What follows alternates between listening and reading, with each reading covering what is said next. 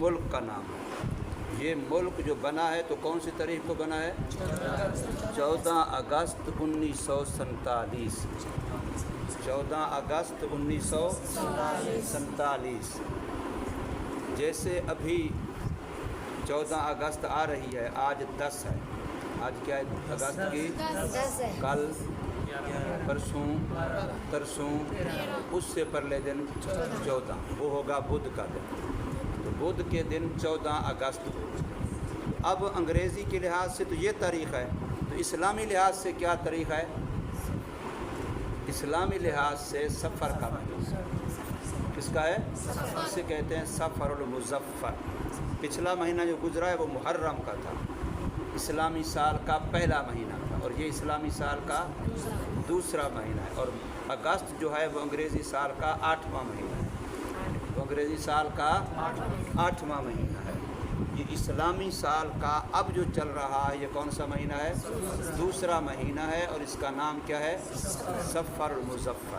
تو صفر کی آج ہے 4، پھر 5 ہوگی، پھر 6 ہوگی، پھر 7 ہوگی، پھر 8 ہوگی، پھر 9 ہوگی۔ ٹھیک ہے، ادھر 9 ہوگی تو ادھر کیا ہوگی؟ 14 ہوگی۔ یہ تو ابھی اس سال کی بات ہوگی، لیکن جس سال یہ پاکستان بنا تھا 1947 کو، یہ 14 اگست تھا، اس وقت اسلامی لحاظ سے 27 رمضان تھی۔ اس وقت اسلامی لحاظ سے کیا تھی؟ 27 رمضان تھی۔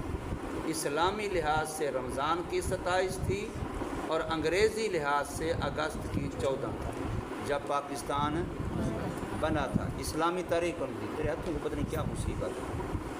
جب پاکستان بنا تھا تو اسلامی لحاظ سے کون سا مہینہ تھا؟ رمضان کا۔ انگریزی کے لحاظ سے کون سا مہینہ تھا؟ اگست کا۔ اسلامی مہینے کی کون سی تاریخ تھی؟ 27 رمضان۔ اور ادھر کون سی تاریخ تھی؟ 14 اگست۔ انگریزی کا مہینہ اگست تھا، تاریخ 14 تھی۔ اسلامی لحاظ سے مہینہ رمضان کا تھا، اور تاریخ۔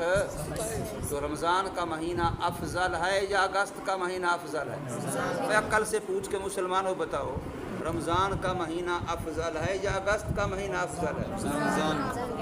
27 رمضان کی تاریخ افضل ہے یا 14 اگست کی تاریخ افضل ہے؟